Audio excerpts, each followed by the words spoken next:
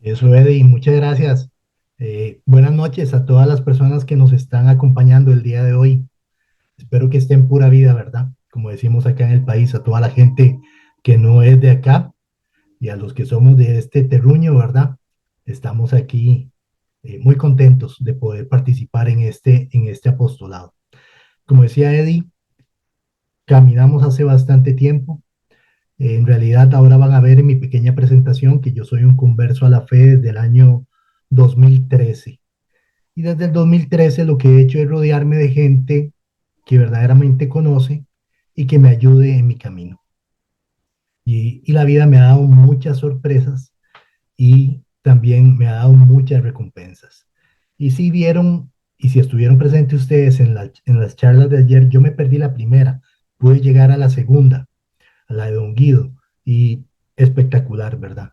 Entonces, yo lo que quiero, lo primero es generarles a ustedes una realidad. No tengan unas expectativas muy altas, porque yo lo que hago es que soy como el Office. Yo copio y pego, ¿verdad? Yo no descubro nada. Yo voy a compartir lo que he aprendido a través de la iglesia y a través de diferentes personas y diferentes documentos, eh, lo que la iglesia enseña. Y lo primero que a mí me sorprendió cuando yo vine a la fe católica fue encontrarme este librito, el Catecismo de la Iglesia. Ayer decía Guido que es una enseñanza sistemática, ¿verdad?, de la Biblia, y verdaderamente es riquísimo. Como toda persona nueva, cuando llega a la Iglesia Católica, yo suponía muchas cosas. Yo creía que el catecismo todo el mundo se lo leía y que todo el mundo ya, digamos, que era como un requisito, ¿verdad? Dentro de la fe y que la gente se sabía el catecismo de memoria. ¡Wow! Sor- sorpresita. Sin embargo, a mí me gusta mucho un numeral que les voy a compartir. Es el numeral 27 del Catecismo de la Iglesia. Dice así: el deseo de Dios está inscrito en el corazón del hombre, porque el hombre ha sido creado por Dios y para Dios. Y Dios no cesa de atraer al hombre hacia sí. Y solo en Dios encontrará el hombre la verdad y la dicha que no cesa de buscar. ¿Qué les parece? Profundo, ¿verdad? Muy bonito, muy interesante. Con este montón de temas yo me encontré en la fe. Voy a compartir mi pantalla porque yo soy de esos viejillos que tienen que tener una presentación detrás porque si no, no se siente como que está presentando algo. Así que vamos a buscar aquí. Un segundito. Mm, Muy bien. Ahí me ven. Y, y pueden ver la presentación también. Perfecto. Buenísimo. El tema que me han pedido compartir, muchas gracias. El tema que me han pedido compartir es la Biblia en la catequesis. Y vean, más allá de un tema, este, de una charla de PowerPoint y de presentación y de eso, es un compartir, porque lo que he aprendido dentro de la fe es que Cristo es una experiencia de vida. No es una doctrina, no es una charla, sino verdaderamente es una experiencia de vida. Es un Dios que se ha encontrado con cada uno de nosotros en algún momento de nuestras vidas y estamos todos los días en un proceso de conversión. Y durante este proceso de conversión vamos a hacerlo bien, no lo vamos a hacer tan bien, pero lo importante es que no nos quedemos parados, sino que sigamos caminando. Este tema de la Biblia en la catequesis a mí me gustó mucho porque primero yo en la parroquia donde estoy sirvo como catequista, doy catequesis de bautismo y también pues he participado en algunos procesos viendo a otros catequistas dando las catequesis de primera comunión, de confirmación, eh, para parejas en el sacramento del matrimonio y me ha llamado la atención muchas cosas que ahora vamos a ir compartiendo. Pero lo primero es tener claro que para esto necesitamos tener un encuentro con Cristo todos los días, todos los días. No es como dicen, o como yo mismo decía cuando no era católico, ¿verdad? yo hice la oración del pecador y ya Cristo vive en mi corazón, hermanos, y ahora, desde ahora soy salvo y mi vida cambió. Y a los 3 días me jalé una torta. Nosotros los católicos entendemos que vivimos en un proceso y que este proceso es todos los días. Por eso San Pablo dice que es una carrera y que esta carrera no va a terminar hasta el día que usted y yo dejemos este mundo. Muy bien, esto es lo que vamos a ver, esto es lo que vamos a compartir, una pequeña presentación. Vamos a hablar de algunos conceptos como básicos, ¿verdad? Para que todos los tengamos claros. Vamos a incluso sacar la historia del uso de la Biblia, si los primeros cristianos tenían estos documentos y cómo era que los utilizaban, si tenemos alguna evidencia de esto. Vamos a ver la Biblia en la catequesis, cómo se utiliza actualmente, qué ha sucedido y hacia dónde vamos. Entonces, lo primero, tal vez contarles un poquito de mi vida. ¿Quién soy yo? ¿Quién es su servilleta? Como decimos acá. Bueno, soy un laico, soy un padre de familia, tengo 4 hijos, 3 hijos hombres y una mujer. Los 3 hombres ya todos son mayor de edad y todos están en la universidad. Y mi hija menor está en tercer año del colegio. Incluso estudia en sede de Don Bosco, desde que entró a séptimo año.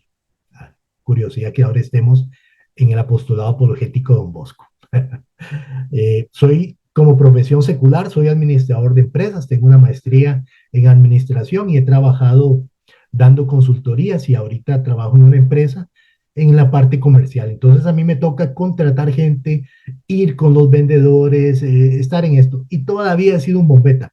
Entonces a mí no me da miedo hablar, no me da miedo decir cosas. Cuando estaba chiquillo alguien decía, ¿quién va a hacer una poesía? Y yo levantaba la mano. ¿Quién va a bailar? Yo levantaba la mano. ¿Quién va a hacer? Yo lo hacía. A mí nunca me ha dado vergüenza el ridículo. Entonces, para mí ha sido como muy normal este asunto. Y siempre me ha gustado compartir mis experiencias y contar las historias. Soy un converso a la fe católica desde el año 2013.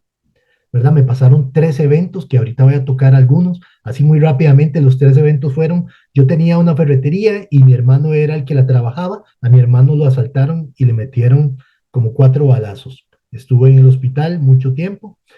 Justo en ese momento, muy parecido, mi hija menor la metimos a estudiar en el Centro Educativo El Carmelo, que era de monjitas, y yo no quería. O sea, me parecía que eso no estaba bien. Y número 3, alguien me dijo que si yo no quería ir a, una, a un curso de apologética que estaban dando en la iglesia de la Soledad. Y yo le dije a mi esposa, vamos, para demostrarle qué tan mal están los católicos, que no se saben ni la Biblia, que no saben un montón de pasajes. Esas 3 cosas en conjunto terminaron haciendo que en el año 2013 yo hoy esté aquí con ustedes. Si me hubieran dicho hace 15 años que yo iba a estar hablando de la Iglesia Católica, que iba a haber estudiado algunos temas de la Iglesia, que iba a estar metido los domingos en misa, que iba a dejar la comunión a hermanos enfermos, tal vez me hubiera reído, porque jamás lo hubiera pensado. Y aquí estoy. Porque como dice, ¿verdad? San Juan capítulo 3, el Espíritu de Dios nos lleva, uno no sabe ni por dónde va ni a dónde lo dirige. Es increíble. Cuando llegué a la iglesia solamente tenía el sacramento del bautismo y atravesé todo un proceso de nulidad porque me había casado en un matrimonio mixto con la mamá de mis 3 hijos hombres y entonces tuve que llevar un proceso de nulidad. Yo le digo a la gente, porque hay gente que se queda como, ay, es que yo no puedo comulgar, es que yo no me puedo confesar, y es que, hermano, también hay que moverse un poquito, ¿verdad? Hay que salir de la, de ese grado de confort y empezar a buscar, bueno, ¿qué puedo hacer? ¿Qué tengo que hacer? Y si tengo una oportunidad, hacerlo. Pero hay mucha gente que se queda, yo nunca volví a comulgar, qué tristeza para mí. Y yo le pregunto, ¿y usted se ha movido? ¿Ha preguntado si la causa suya puede? Ay, no, es que me da pereza porque es mucho tiempo. Ven, entonces, ¿verdad? Ese proceso empezó en el año 2013, en agosto del 2013, y se resolvió en el año 2019. Y un 30 de marzo del año 2019 comulgué por primera vez en mi vida cuando tenía 45 años. Entonces imagínense, yo iba a misa desde el año 2013 y yo veía a la gente comulgar y yo decía, yo quiero comulgar, pero no podía. Y ustedes no saben el dolor que eso me daba porque yo entendía y sabía quién estaba ahí. Y entonces me dolía mucho. Y también me dolía ver que gente que sí podía, no lo hacía. O tal vez que no lo hacía de la forma más adecuada. Pero gracias a Dios se dio esta oportunidad y al día de hoy tengo mis sacramentos al día. Hice la primera comunión cuando me casé, después hice la confirmación y de todo, el Padre me dio chance y el Padre me dejó con todo al día. Incluso ahorita estoy en un periodo de prueba, estoy en una lista de espera, perdón, esperando para optar por el diaconado permanente. Pero ahí estamos, ¿verdad? Caminando. Y como muchos de ustedes, me imagino, metidos en todos los grupos de la iglesia, ¿verdad? Porque ustedes y yo entendemos que lo que más falta en la iglesia son manos. Y normalmente los que estamos en un grupo repetimos. Y somos los mismos cuatro gatos en un montón de grupos. Y aquí está el trabajo que nos toca a nosotros. ¿Qué tenemos que hacer para lograr contagiar a los demás de que esto no es algo aburrido, de que esto verdaderamente es algo hermoso, de que verdaderamente vale la pena hacerlo? Ayer Guido decía que él no va a terminar de pagar durante toda su vida, ¿verdad? Por las cosas que él había hecho y cómo le tiraba a la iglesia. En el caso mío, yo no le tiré tanto a la iglesia, pero deshonré con mi vida muchas veces a Dios. Y lo que hoy tengo en mi corazón es puro agradecimiento. Agradecimiento porque no me fue tan mal como me tenía que haber ido. Y Dios me dio una segunda oportunidad y yo dije, tengo que hacer las cosas bien. Y poco a poco, caminando, uno se topa cosas que le van gustando y se va metiendo y todo eso. Y así ha sido. Lo que he hecho al final es formarme en la fe católica. Me metí a estudiar en el INCOTEP, saqué teología pastoral, estudié mariología, liturgia, tengo un diplomado en apologética eh, y un montón de cursillos que uno lleva por aparte, ¿verdad? Y siempre he estado formándome. Como protestante que era chiquillo, pues ustedes entenderán que yo me crié leyendo la Biblia, ¿verdad? Porque mi abuelita era protestante de las que habla en lenguas y de todo. Bueno, hablaba en lenguas. Mi abuelita, ¿verdad? Era de puro baricándara y quisito manda, y saca la vaquita, bríncate la cerquita, saca la basurita, bueno, de todo eso, ¿verdad? Ella era así. Y cuando yo estaba chiquillo en mi casa, donde vivíamos, era como la casa de los cultos. Llegaban ahí todas las señoras y era alabaré, ¿verdad? Como hasta las 9 de la noche. Me agarraban siempre de ejemplo y me ponían aceite de la coronilla del pelo cuando tenía pelo hasta el dedo gordo del pie. Imagínense. Así me la pasé. Y esa fue mi vida. Pero yo le agradezco mucho porque si hay algo que ella me inculcó fue la palabra de Dios. Y yo aprendí a leer con un libro que en Costa Rica se llama Paco y Lola y también con la Biblia. Y me acuerdo que me gustaba mucho leer San Mateo capítulo 27, que es la pasión. Y ayer cuando Guido preguntaba, ¿quiénes han leído la Biblia completa? Bueno, yo tenía 17 años y la había leído 3 veces completa. Y el Nuevo Testamento lo había leído 38 veces y lo dejé de contar. Hoy en día tengo la bendición de que soy el que publico en la página de mi parroquia todos los días el Evangelio del día. Entonces todos los días sigo leyendo. Y eso para mí es una gran bendición y una ayuda.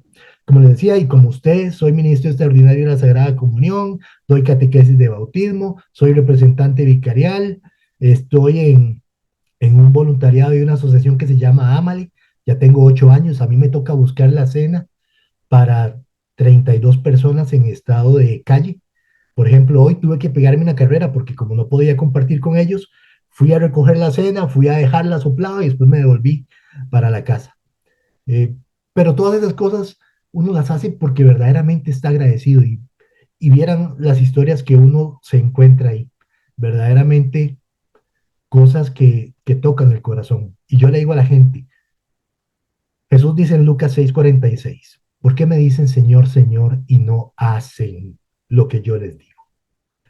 ¿Y qué es hacer lo que Él nos dice? Bueno, hay muchos pasajes. Uno de ellos es en Mateo 25, el 31 en adelante, en el fin de los tiempos, cuando Él separa a unos a la derecha, a otros a la izquierda, y les dice, venid benditos de mi Padre al reino heredado para ustedes y todo el asunto, ¿verdad? Porque tuve hambre y me diste de comer, tuve sed y me diste de beber, estuve desnudo y me vestiste, etcétera, etcétera. Y le van a preguntar, ¿cuándo hicimos eso por ti, Señor? Y Él va a decir, cuando ustedes lo hicieron por uno de mis hermanos más pequeños, a mí lo hicieron.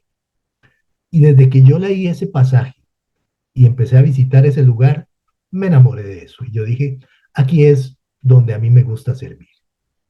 Entonces ahí he estado 8 años y bueno, y ahora tengo ya casi 3 años de ser ministro extraordinario de la comunión, donde verdaderamente uno ve el poder de Dios actuando en personas que lo esperan con un amor que uno no puede expresarlo, ¿verdad? Ellos no me esperan a mí, ellos lo esperan a Él. Y cuando yo no voy, por alguna razón, 500 llamadas, ¿verdad? Y la gente pregunta, ¿va a venir? ¿Va a venir? Y es vacilón porque la gente te ve en la calle. A nosotros nos ven en la calle. A ti, hermano, tú que dices que eres católico, a ti te ven en la calle y lo que van a decir es, ¿qué hace esa persona? Y se me acerca gente que yo ni conozco y me pregunta, señor, vea, usted que lleva la comunión, ¿usted cree que puede venir a la casa aquí de mi mamá? Yo en la vida lo he visto, pero la gente ve y la gente observa. Y a veces me tocan, algunos domingos voy caminando porque lo hago después de misa de 8. Y cuando voy caminando me topo un montón de testigos de Jehová.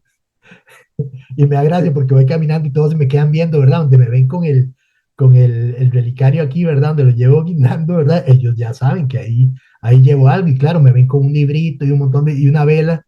Y ellos saben que hay algo anda. Entonces yo digo, en Valle de Muerte, ahí voy. Pero es un vacilón. Y me ha tocado también compartir con ellos.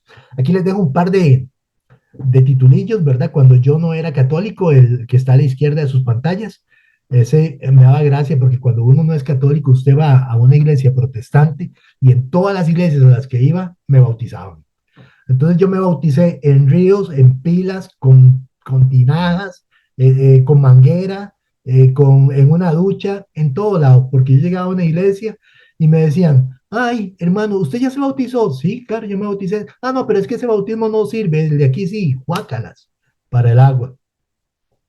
Y así yo lo hacía en mi desconocimiento, ¿verdad? Pensaba que eso era lo correcto porque darle bien a todo el mundo y placa, en todos lados me bautizaban. Este es el último recuerdo que tengo del año 98, ¿verdad? En la iglesia de Hebrón, eso que hay en Zapote, en Costa Rica. Pero cosas curiosas, yo todo lo guardo. Y tengo el recuerdo de mi bautismo cuando tenía 3 meses de edad. Eso fue para que saquen ahí un calculillo de cuántos años tiene este viejillo. Eso fue un 28 de abril del año 1974. Mi mamá, por pura tradición, me llevó a la iglesia, a la Medalla Milagrosa. Curiosamente, la iglesia donde hoy sirvo, me llevó ahí a bautizarme. Y yo soy de los poquitos que tienen certeza y que saben qué día se bautizó. Claro, ahí están los nombres de mis padrinos, a los cuales nunca más volví a ver. Seguramente me habrán visto ahí en el bautismo y nunca más.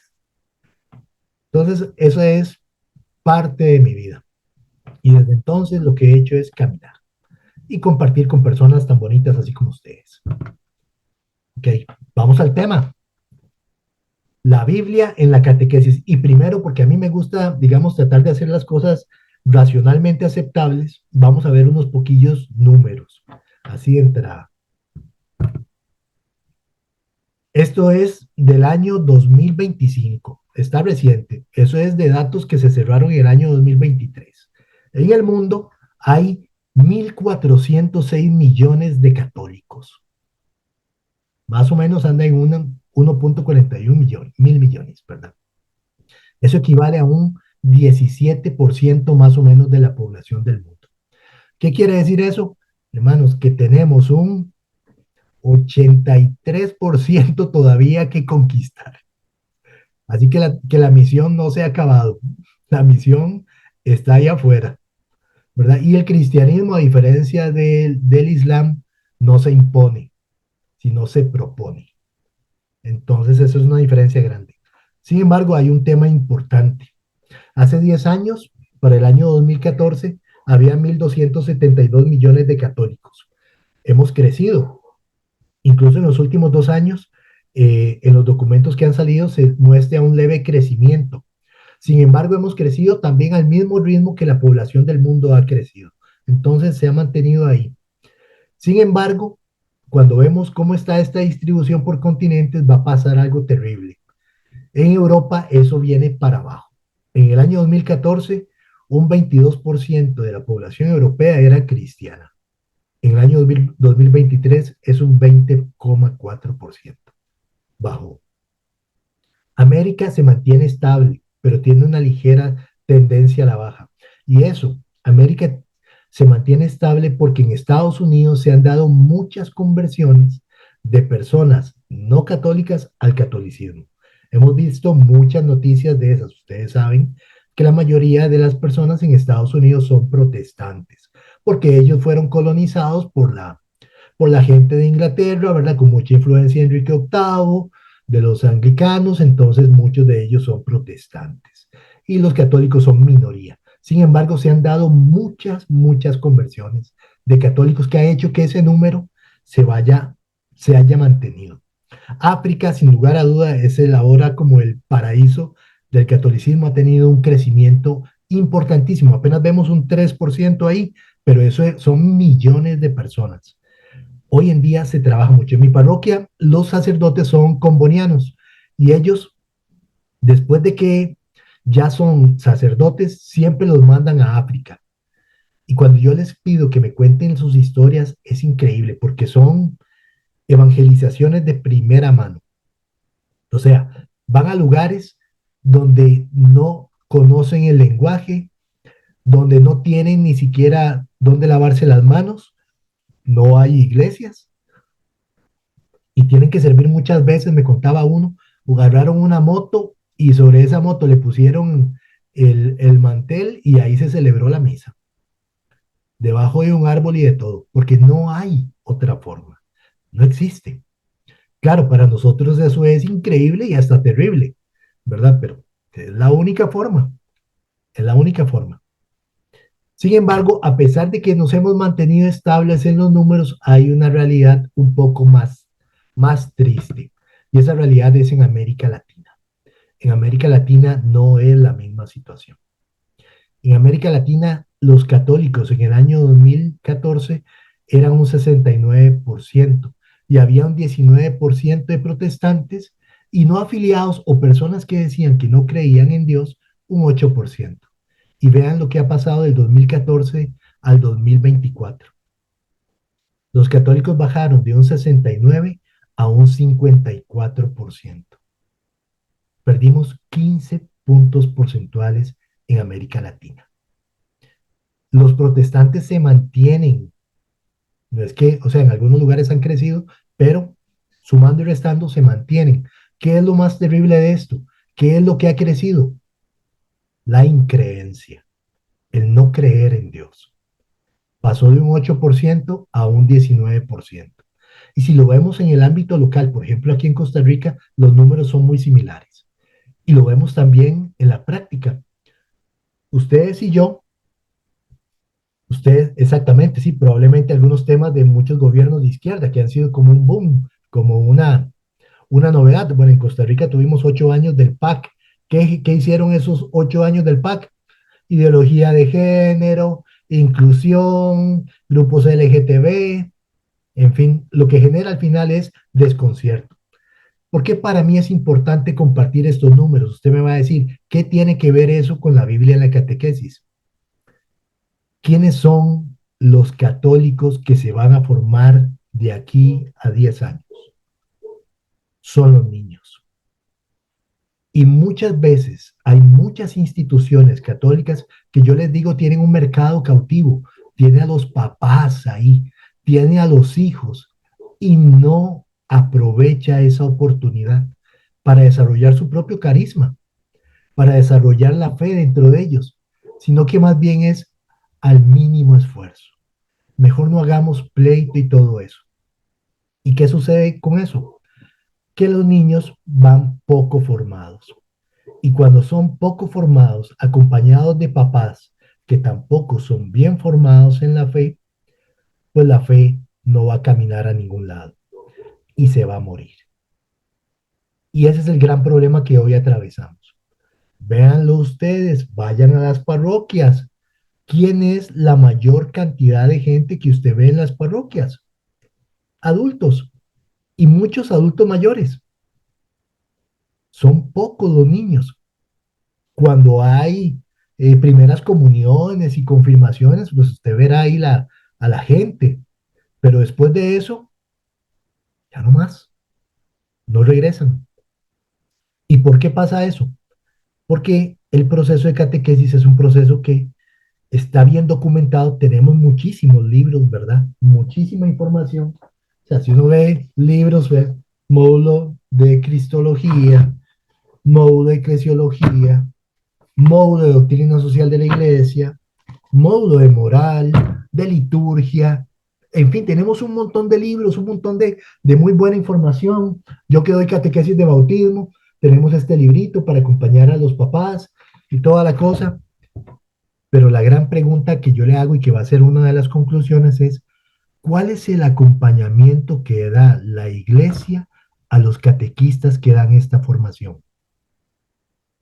¿Ustedes han visto algún sacerdote metido con los catequistas que da esta formación? O más bien, ¿no habrá sido que tenemos tanta necesidad de catequistas que metemos a la gente y tal vez no estén bien preparadas y los ponemos a que formen? Yo no lo digo para atacar, yo no lo digo para atacar, lo digo porque yo he estado en algunas catequesis de muchachos que están dando para primera comunión en primer nivel o segundo nivel y la Biblia no se usa para nada, para nada. Y los documentos de la iglesia, muy, muy poco. Lo que se va es a hacer dinámicas, a hacer jueguitos, a ver algunos temitas por encima del libro, pero esa es la formación que estamos recibiendo y el resultado lo estamos viendo. Y si esto no lo cambiamos en algunos años, ese número probablemente podrá ir más para abajo, porque también la cultura del latinoamericano, ¿verdad? No somos personas que nos gusta leer, no somos personas que nos guste como estudiar mucho, a diferencia del gringo, que tiene una cultura un poco más de lectura, más seria, más de seguir rigurosamente algunos temas. Así es. Bueno, ahí lo está diciendo mi hermano, cuesta mucho atraer al sacerdote, ¿verdad? O sea, yo doy catequesis de bautismo y a veces le tengo que decir al padre, padre, por favor, venga por lo menos para que salude a la gente. Pero he tenido muchas catequesis donde el padre ni siquiera se ha asomado y él no sabe lo que estoy diciendo yo. O sea, está amparado a que yo estoy dando el libro, pero si no lo estoy haciendo bien, ¿qué pasa? Algunos conceptos. Biblia. Todo el mundo sabe qué es Biblia, ¿verdad? Del griego tabiblia, o sea, los libros. Es un conjunto de libros. Y ustedes y yo ese tema ya, ustedes lo conocen un montón, ¿verdad? La Biblia no se escribió todo al mismo tiempo, se fue formando a través del tiempo, después con la época va a venir Ptolomeo Filadelfo en el Antiguo Testamento y se va a formar allá en Alejandría la Biblia, la Septuaginta, ¿verdad? O la Biblia de los 70, sale el canon de Alejandría, todo el asunto, que es en la Biblia que va a utilizar San Pablo, que va a leer Jesús y todo el asunto, y después se va a ir desarrollando las cartas del Nuevo Testamento. Y va a llegar alguien, que ese alguien se llama Iglesia Católica, que va a unir todos esos libros, ¿verdad? En los diferentes sinos, sino de Roma, el 382, y sale la Biblia como usted y yo la conocemos. Y a mí me da gracia porque la gente me dice, ¿y de dónde sale eso en la historia? Facilito, búsquelo en Google. Y si le gusta leer, tengo este librito. Este librito es una belleza. El Magisterio de la Iglesia, el Tessinger. Aquí están todos, bueno, no todos, los documentos más importantes de la Iglesia, desde que se puede retener algunos fragmentos de documentos hasta el Papa Francisco. Y aquí, por ejemplo, yo tengo marcado cuándo fue en el Sínodo de Roma que se escogen los libros que la Iglesia va a decir que son la Biblia. Lo tenemos en blanco y negro. Y es maravilloso porque esto al final confirma la fe, ¿verdad? No venimos de un tarantantán, no es que a mí se me antojó, no es que alguien lo inventó, no, no, no, está en blanco y negro. Lo que pasa es que yo le digo a la gente, si usted no lo sabe y no lo conoce, ya eso no es mi culpa, ¿qué puedo hacer yo? Tiene que buscar. Yo lo que hago es informarle. Una vez me decía un hermano, sí, pero ¿cómo sabe usted que la Iglesia Católica es la iglesia de los primeros cristianos? Sí, porque lo dijo un primer cristiano. San Ignacio de Antioquía, año 110 de nuestra era, condenado a muerte, escribe 7 cartas. Cuando él va en su camino a morir en Roma, una de las cartas al pueblo de los Esmirnas, a los esmirnotas, dice, porque allí donde está Jesucristo está la iglesia católica, año 110 de nuestra era. Ah, me están diciendo que la configuración, que no se pueden ver algunas cosas. Bueno, ahí yo voy leyéndolo, no se preocupe. Entonces la Biblia son los libros. La palabra catequesis proviene de una palabra griega, catequesis, que significa instruir o hacer resonar. Por eso cuando hacemos la lección divina, algunas veces el sacerdote o alguien les dirá, ¿qué quedó resonando? ¿Qué les quedó ahí sonando? ¿Verdad? Para que la gente participe. Hacer resonar. La catequesis es el proceso de educación en la fe cristiana y es para niños, para jóvenes y para adultos, que enseña la doctrina cristiana de una forma sistemática para iniciarlos en una vida de fe completa. Eso es la catequesis. ¿Por qué les digo eso? Porque los libros, ¿para qué sirven? Sirven para obtener conocimiento, para entretener, sirven también para educar, para difundir ideas, así como para fomentar la imaginación, desarrollar la empatía y comprender el mundo que nos rodea. Yo sé que muchos de ustedes son muy jóvenes, pero cuando yo estaba chiquillo había un programa que se llamaba Odisea Burbujas. Y en Odisea Burbujas había una canción que a mí me gustaba mucho. Decía, en los libros hallarás el tesoro del saber. Y es cierto, ¿verdad? Porque al final en los libros está, pero si a mí no me gusta leer y todo eso, estoy condenado a creer lo que alguien me diga. Y ese es un gran problema. Porque yo he tenido o he conversado con señores catequistas, líderes de grupo de 20 30 años, y alguno me dijo una vez, como lo compartía cuando vino Dante Urbina, me dijo, no, y si María tuvo más hijos, ¿qué tiene de malo? Ella estaba casada. Y a mí me dan ganas de tirarle el zapato de lado a lado, ¿verdad? Porque está diciendo una herejía. Pero él no sabe. ¿Y por qué no sabe? Porque no se ha formado bien. ¿Y por qué no se ha formado bien? Porque no le hemos ayudado, ¿verdad?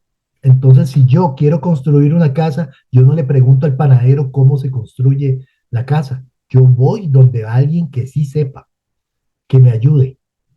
Pero muchas veces le preguntamos a alguien su opinión, lo que piensa, y tal vez no esté bien instruido y nos va a llevar al error.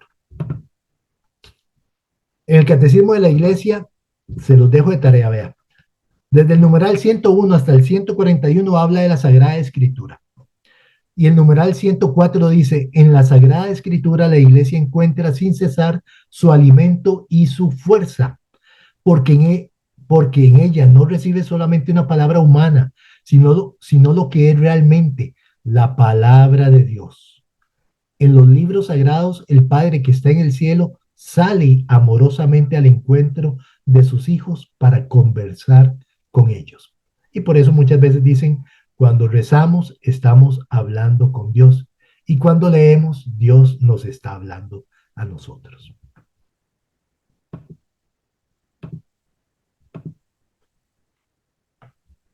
La Biblia, ¿cuál es el nombre del libro del magisterio? Me estaba diciendo acá, bueno, es el catecismo de la iglesia, ¿verdad? El catecismo, los numerales 101 al 141. En la catequesis la Biblia es el alma, tiene que ser el alma y la fuente principal de la fe, ya que Dios se revela a través de ella. ¿Se acuerdan lo que dice la Biblia? Dios se ha revelado de diferentes formas. En los posteros tiempos se revela a través del Hijo. ¿Y cómo se revela el Hijo? Por lo que queda escrito. Dios se revela a través de ella, enseñando la verdad salvífica y el camino para vivir la vida cristiana. La Biblia comunica la historia de salvación y la doctrina católica de manera sistemática, que era lo que Guido decía ayer, ¿verdad? En la Biblia no vamos a encontrar el cómo de muchas cosas, sino un mensaje.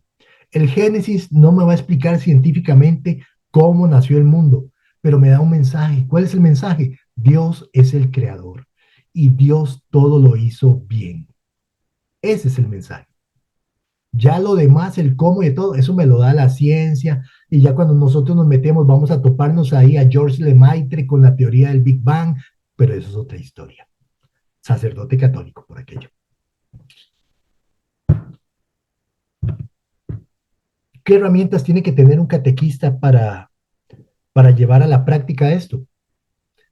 La catequesis es doctrina para niños, pero tiene que iniciarse en el credo de la fe. En el credo, vean, si ustedes, nosotros repetimos el credo y muchas veces como loras, ¿verdad? Como papagayos. Creo en Dios, Padre Todopoderoso, Creador del cielo, y ahí nos vamos corrido. Pero si ustedes vieran en este libro Dessinger cómo se originó el credo de diferentes pueblos, de diferentes culturas, de diferentes idiomas, unos decían una cosa, otros decían otra cosa, y todo al final se fue integrando hasta armar lo que usted y yo hoy decimos. No es de la noche a la mañana. No es que la cosa llegó así. Uy, me cayó este libro. Qué maravilloso. ¿Qué será? Ay, es la Biblia. Qué lindo. Eso no fue así. Hay un proceso. Y todo en nuestra fe es un proceso. Igual que nuestra vida. Es un proceso. Vamos a ir aprendiendo, vamos a ir adquiriendo conocimiento, vamos a ir compartiendo y vamos a ir viviendo. Y conforme nos hacemos más viejillos, nos hacemos más tolerantes. Y también nos hacemos más buscadores de la verdad. Pero ¿cuál es el fundamento de esta doctrina? De la que enseñamos nosotros en las catequesis, la Sagrada Escritura.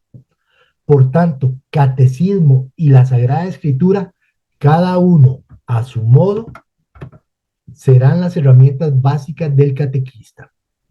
Ustedes se acuerdan que en nuestra iglesia tenemos tres pilares, ¿verdad? Tenemos tres pilares. ¿Quién sabe cuáles son esos tres pilares?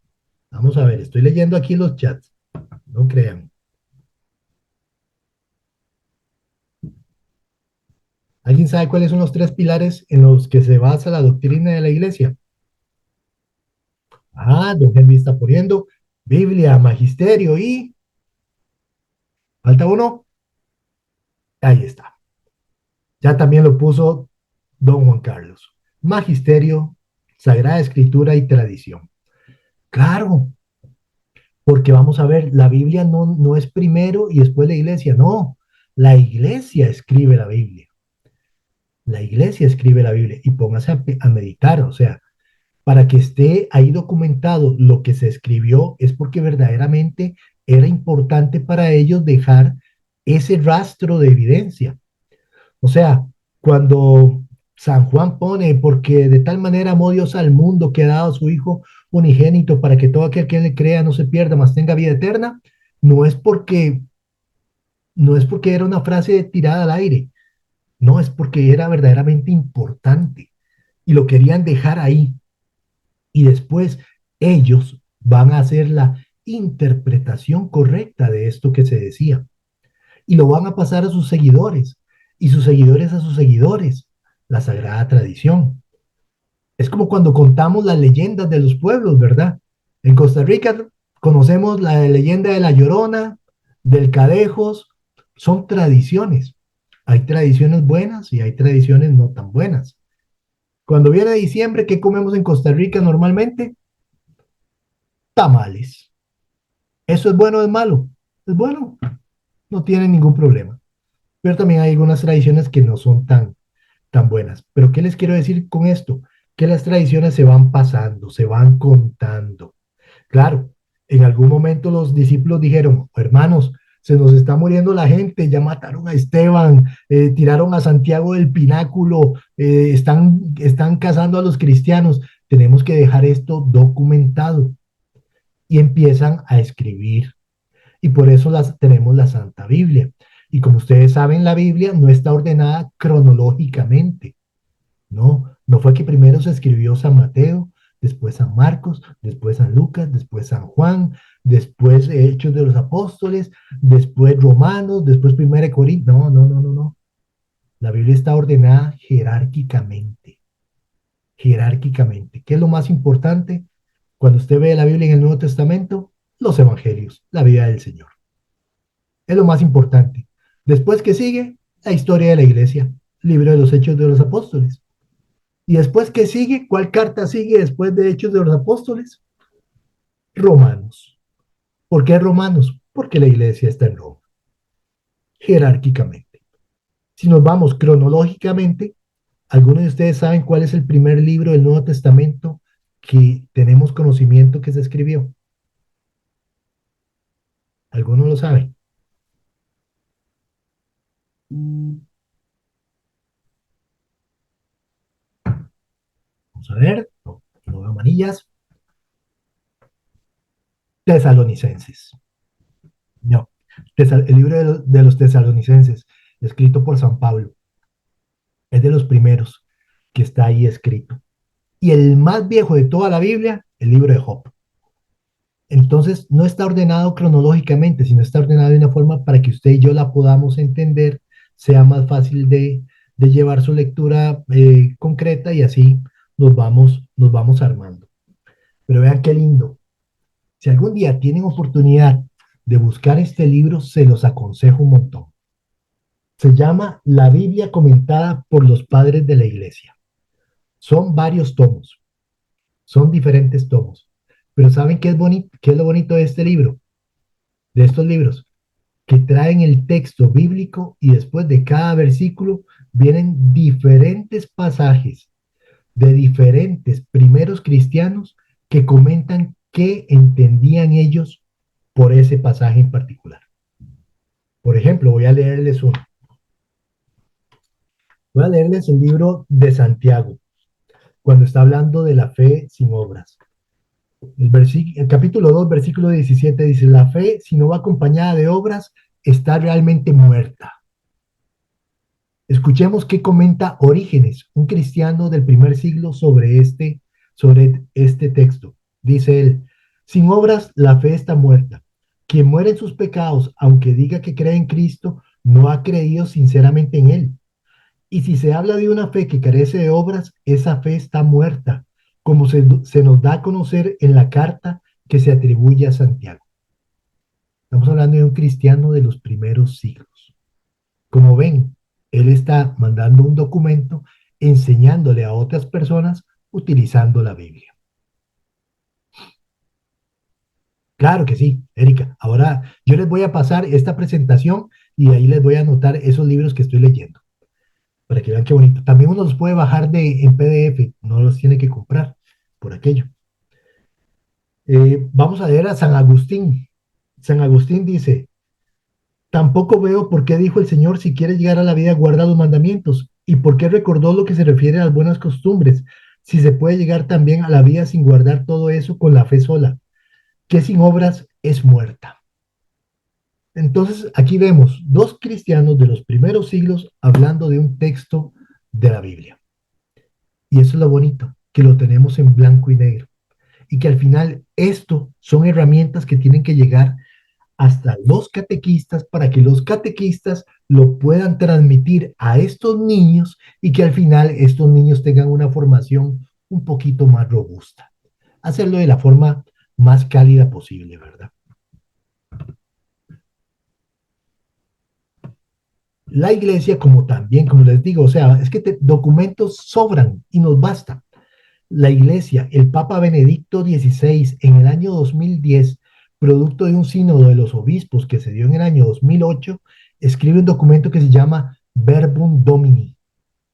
Verbum Domini no es tan largo, es muy cortito el documento, son como 25 páginas, y en el numeral 51 dice esto tan bonito. La relación entre Cristo, palabra del Padre, y la Iglesia no puede ser comprendida como si fuera solamente un acontecimiento pasado, sino que es una relación vital en la cual cada fiel está llamado a entrar personalmente. En resumen, este documento, Verbum Domini, enseña que la palabra de Dios es viva y es actual. Se encarna en Cristo, se celebra en la liturgia y transforma la vida de los creyentes y los envía al mundo en misión. Cuando yo no era católico y yo empecé a ir a la misa, a mí todo me llamaba la atención. Yo decía, cuando el padre decía, este es el Cordero de Dios que quita el pecado del mundo, dichosos los llamados al banquete del Señor. Cuando él decía Cordero de Dios, yo de una vez se me venía a la mente el libro del Apocalipsis, un libro de 22 capítulos. ¿Saben ustedes cuántas veces en esos 22 capítulos dice Cordero de Dios? Lo dice 28 veces. Quiere decir que Cordero de Dios es importante. Y todo en nuestra fe católica está amarrado. Las cosas no son al tarantantán. Póngale atención a todas las iglesias. Todos nuestros templos tienen puertas grandes, anchas. ¿Por qué? Porque tienen puertas grandes y anchas. Porque por ahí entramos todos. ¿Se acuerdan? Mateo 28, del 18 al 20, Cristo resucitado le dice a los discípulos, todo poder me ha sido dado en el cielo y en la tierra. Por tanto, vayan y hagan discípulos a todas las gentes, católica, toda la humanidad, universal, para todos, a todas las gentes, bautizándolos en el nombre del Padre, del Hijo y del Espíritu Santo, enseñándoles a guardar todo lo que yo les he mandado. Y termina con una promesa preciosa. Y aquí, yo estoy con ustedes todos los días hasta el fin del mundo. Y esto ellos lo fueron transmitiendo y transmitiendo y transmitiendo. Y al final de esa transmisión vemos lo que tenemos hoy en día. Puertas anchas para que entren todos. Los templos católicos normalmente son altos, han visto. Y si vamos a catedrales de otros países, son las que son antiguas, son muy altos. ¿Qué representa eso? No hay nada más grande que Dios. No hay nada más grande que Dios. Y antes de llegar al sagrario, ustedes van a ver que siempre hay 3 escalones en todas las iglesias católicas. ¿Qué representan esos 3 escalones? La Trinidad. Y yo siempre, cuando le doy catequesis a los papás, les hago una pregunta, ¿verdad? Sencilla. Les digo, ¿ustedes saben cuál es la diferencia entre santiguarse y persinarse? Yo me imagino que todos ustedes, o la gran mayoría de los que están aquí, lo saben. Santiguarse y persinarse. Santiguarse, hacer la cruz larga, en el nombre del Padre, del Hijo y del Espíritu Santo.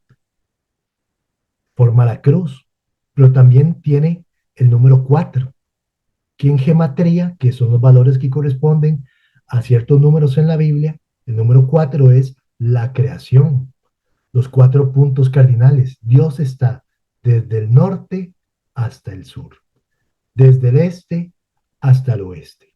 En toda la creación está Dios. Y persinarse, lo que hacemos cuando leen el Evangelio. El Padre se levanta, ¿verdad? Y nos levantamos todos porque es el momento donde el dueño de la casa está hablando en la liturgia. Está hablando Jesús. Y él va a decir lectura del Santo Evangelio según San Lucas, San Mateo, el que sea. Y nosotros hacemos por la señal de la Santa Cruz de nuestros enemigos. Líbranos, Señor Dios nuestro, en el nombre del Padre, el Hijo y el Espíritu Santo. ¿Pero qué significa eso? ¿Qué decían las señoras mayores? Que el Señor guarde mis pensamientos, mis palabras y mi corazón. Todo lo que hacemos en la iglesia tiene un significado. La gran pregunta o el gran problema es cómo llevamos a cabo que esto se transmita a los demás en la catequesis. ¿Cómo hacemos que la Biblia se vuelva vida? ¿Qué es lo que nos ha pasado? Hoy en día pareciera que la Biblia la usan los hermanos protestantes y que un católico no debería andarla. Más bien, Si ven a un católico entrar a misa con una Biblia, todo el mundo lo vuelve a ver raro, ¿verdad? Se le quedan viendo como diciendo, ese debe ser protestante seguro, ese se coló, no es católico. Claro, lo vemos raro, hemos cedido eso a ellos cuando ellos ni la hicieron. Y saben que es lo peor, que no saben eso. Lo digo por experiencia propia. Nunca me había puesto a pensar de dónde venía la Biblia cuando era protestante. Y tampoco nadie me lo había preguntado. Y mucho menos nadie me lo había enseñado. Hoy en día ya hay más información, por supuesto, pero en aquella época, cuando yo era un chiquillo, eso ni se preguntaba. Pero ¿cuál era el problema? Que si usted veía a un católico con la Biblia, usted decía, no, hombre, ese no es católico. Y si le preguntamos a todos los católicos, ¿la Biblia es importante? Todo el mundo dice que sí. Claro que sí. Es el libro, es todo aquí. Y usted tira la pregunta que tiró Guido. ¿Cuántos la han leído completa? Viene la caída. Y la gente empieza con las excusas. Ay, es que yo me enredo. Yo me enredo tanto. Es que vieras qué raro, cuando empiezo a leerla, no sé, me confundo o no la sé interpretar, pero en el fondo de las cosas es que no la han leído y está ahí en el Salmo 91 llevando polvo o en el Salmo 23 abierta en algún lugar llevando polvo y la gente cuando vienen los hermanos separados a hablar le dicen, no, es que yo no hablo con los hermanos separados para no pelear con ellos, porque a mí no me gusta pelear. Es mentira, es porque no sabe. Y como no sabe, le da miedo. Y como le da miedo, no sabe qué responderle cuando le hagan preguntas. Y entonces lo dejan acorralado. Entonces simplemente, no, yo no me meto en esos pleitos. No se trata de pelear, se trata de corregir. Es una obra de misericordia corporal, perdón, espiritual. Sacar del error al que no sabe. Es una obra de misericordia. Nos falta formación y no es porque no exista la formación, es porque a muchos nos da pereza. Esa es la verdad. Cristo es una experiencia de vida, no es un libro muerto o una doctrina que se queda en la letra. No. Si fuera así, en la Biblia sería un conjunto de reglas morales y de sana convivencia y algo muy bonito. Pero cuando a ese Cristo lo ponemos realmente en acción, en vida, vamos a ver que verdaderamente va a penetrar en nosotros y nos va a ayudar. ¿Y para qué nos va a ayudar? Para que nosotros transmitamos a nuestros hijos esta fe. Ya mis hijos son adultos, muchos de ellos no van a misa porque están atravesando su etapa universitaria. Mi hija menor tiene la ventaja de que está en sede de Don Bosco, entonces de una u otra forma recibe, pero también está entrando en esa etapa, ¿verdad? Donde ya ella ya no le llama tanto la atención, acaba de cumplir 15 años y toda la cosa, ¿verdad? Fue monaguilla, pero ya no es monaguilla porque le da pena, pero lo que se sembró está ahí, está ahí. Y lo digo por experiencia propia. Mi abuelita sembró en mí la Biblia. Y cuando me hice adulto, aquí estoy con la Biblia, porque eso se quedó. Y lo que ustedes y yo sembremos en nuestros hijos, en nuestros familiares, si somos catequistas, en los niños a los que le damos catequesis, o en los adultos o en los jóvenes, eso se va a quedar. Pero tenemos que hacerlo bien y tenemos que prepararnos bien, porque si no, va a ser muy, muy difícil. Y además de que nos falta formación, perdón, hay mucha que se recibe de una mala forma, porque la persona que nos la da tampoco está bien formada. Y por eso dice Jesús, ¿puede un ciego guiar a otro ciego? No, no puede. Los dos se van a caer en el hoyo. Hay un coach que a mí me gusta mucho, un español que se llama Víctor Cooper. Y Víctor Cooper dice, no hay nada peor que un inútil motivado, porque un inútil motivado está emocionado, uy, sí, yo lo voy a hacer, yo hago esto, yo aquí que allá, y lo mandamos a la máquina que vale $500,000 y como no está bien, con una buena formación va a tocar el botón que no es y se paseó en la máquina de $500,000. Entonces, por más buena voluntad que tenga, por más disposición, por más amor, si no está bien formado, va a meter la pata. Y muchas veces eso es lo que nos sucede. ¿Y qué es lo triste? Que al final las nuevas generaciones son las que se están llevando eso. Y eso al final se va a arrastrar y vamos a ver esas salidas Se quedó abruptas de pegado. católicos. Esos católicos que dicen, cuando yo era católico, yo le pegaba a mi mujer, yo tomaba guaro, yo me iba de fiesta. Y yo digo, mentira, yo nunca he visto a un padre diciendo, hermanos, hoy a las 8 de la noche vamos a tener un encuentro en el bar de la esquina para enseñarles cómo se debe tomar una cerveza. Yo nunca he visto a un padre haciendo eso, pero la gente lo dice. ¿Cuál es la realidad? Que han sido malos católicos que no se formaron y de pronto alguien les dio un pasaje bíblico, los golpeó, no tenían trabajo, estaban atravesando una enfermedad, alguna situación emocional y ya se los llevaron, porque no están bien formados. El tiempo y los malos ejemplos de algunos guías también generan un daño profundo en muchos ámbitos, especialmente en las personas que tienen una fe nueva o personas que tienen una inestabilidad emocional. Los va a golpear, va a costarles mucho. Pero no todo está perdido, no todo está perdido. Siempre hay esperanza. La Biblia dice, toda escritura es inspirada por Dios y útil para enseñar, para reprender, para corregir y para instruir en la justicia. Se lo saben de memoria ustedes, me imagino. Segunda de Timoteo 3:16. La escritura está ahí por algo. Yo pienso más de lo que hablo y hablo más de lo que escribo. Por lo tanto, lo que está escrito es verdaderamente importante. Lo que está escrito es aquello que yo quise dejar una constancia para que fuera transmitido. Y por eso la Biblia es importante en su mensaje total, en su mensaje integral. No sacarle un pasajito por aquí ni otro por allá porque la ponemos a decir lo que yo quiera. No, la leemos en forma integral, pero esa Biblia la tenemos que llevar a la práctica. Y necesitamos validar lo que estamos haciendo y que lo estemos haciendo bien, que haya un mayor seguimiento, involucrar a los sacerdotes. Si no nos pueden acompañar por falta de tiempo, formarnos de la mejor manera nosotros para poder llevar eso de una mejor, de una mejor forma, de una forma sencilla y con la verdad. La Biblia es la fuente viva de la que emanan los contenidos que tenemos que enseñar, que tenemos que transmitir. Y el catecismo nos va a ayudar a comprender más esa Biblia. Si ustedes han visto el catecismo y lo abren, en la mayoría de los numerales o viene algún documento de la iglesia, algo que se habló, o va a venir un pasaje bíblico, que es la que ilumina ese texto que se está armando.